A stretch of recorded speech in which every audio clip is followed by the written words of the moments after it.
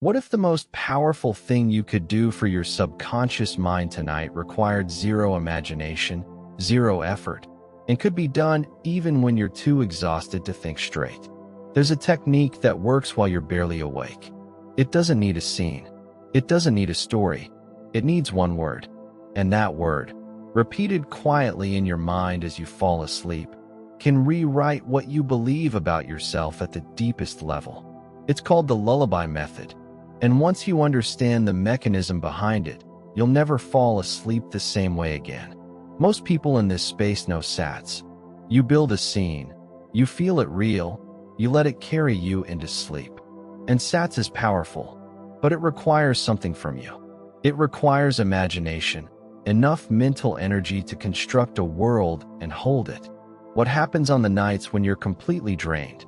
When your mind is mush and you can barely remember what you were even trying to work on? That's exactly where the Lullaby Method lives. Not as a replacement for SATs, but as its partner. A simpler door into the same room. Think about why lullabies work on babies. It's not the lyrics. It's the repetition. It's the rhythm. Something about a pattern repeated over and over bores the analytical, questioning mind into letting go. This isn't just intuition. Cultures across the world have used this exact principle for thousands of years. Gregorian chants, mantra meditation, Buddhist monks counting breaths, shamanic drumming. They all work through the same door, rhythmic repetition that gives the critical mind nothing to argue with. Here's what's actually happening. Your conscious mind thrives on novelty. It needs new information to stay engaged. The moment you give it a single word repeated 50 times, it has nothing to do. It gets bored. It steps aside. And that's the exact window your subconscious needs.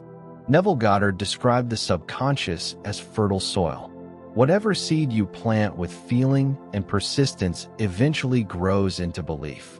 Repetition at the edge of sleep is especially powerful because every distraction is gone. Your analytical defenses are at their lowest, and whatever you're thinking in those final moments before unconsciousness, that's what gets planted. Before you even lie down, you need to make one decision. And it's the most important part of this entire technique. What word or phrase carries what you want to become? Here are the rules. Keep it short. 1 word is ideal. 2 to 4 words at most. It needs to be something you can repeat rhythmically, the way a heartbeat repeats. Not a sentence, not a paragraph, a word. Make it present tense. Not, I will be confident, just confident, or I am worthy, or wealthy, or healed, or free. You're not wishing for a future state. You're claiming a present identity, and it needs to feel emotionally charged for you. Neutral words don't carry enough signal. Comfortable might be true, but it doesn't carry weight. I am free might light something up in your chest. That's the one you want. Here's a simple test. If you can't imagine saying this word 100 times in a row without getting mentally tired from the length, it's too long. Simplify it until it fits in a heartbeat. Now, most people get the next part completely wrong.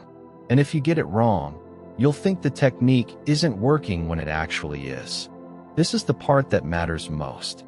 Step 1. Choose your word or phrase using everything we just covered. Step 2. Lie in your normal sleep position. Dark room, no distractions.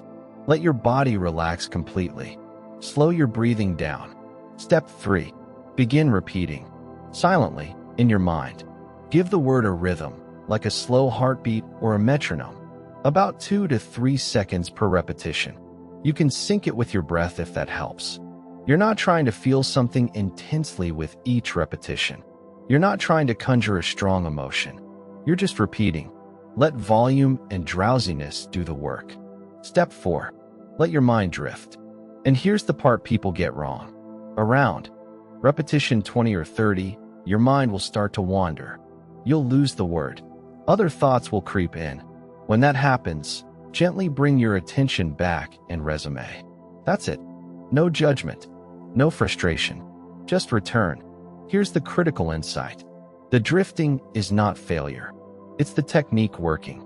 Each time you drift and return, You're going deeper into the hypnagogic state, closer to the threshold where your subconscious is fully open. Step 5. Fall asleep mid-repetition. Don't try to finish the exercise and then sleep. The goal is for sleep to find you while you're still repeating the word. Hazy, distorted, almost automatic, it doesn't matter. If the last thing your conscious mind was doing before it went under was repeating your chosen word, that's exactly what gets planted overnight. So when do you use SATs, and when do you use the Lullaby Method? Use SATs when you're working toward a specific event or outcome, a conversation you want to have, a moment you want to experience, a scene with implied circumstances. SATs plants a specific scenario. Use the Lullaby Method when you're working on who you are, not just what you want. I am worthy. I am safe. I am free. These are identity shifts, not event outcomes. The Lullaby Method is better at writing new core beliefs than at scripting specific scenes. And here's the most effective sequence many people use. Start with SATs while you still have enough mental energy to construct a scene. Then, as you get drowsier and scene building starts to blur, transition into the Lullaby Method. Let the phrase distill the feeling of your SAT scene into a single word. If your scene was about financial abundance, your lullaby word might be wealthy. If it was about belonging, maybe loved. One door opens through vivid imagination. The other carries you the rest of the way through rhythmic surrender. The Lullaby Method isn't a clever trick. That's the point. Its power comes entirely from its simplicity, not from effort, not from skill, not from imagination, just from persistence with one word, repeated gently as sleep closes in. Where SATs asks you to build something, the Lullaby Method asks you to let go of the need to build. It asks you to trust that repetition and monotony and surrender can accomplish what effort alone never could. If you try this tonight, choose one word, just one, and see what it feels like to let that word carry you under. Drop your word in the comments. I want to know what you're planting tonight. And if you want more identity practices like this, ones that work with the way your mind actually operates, not against it, subscribe. I post new videos every week.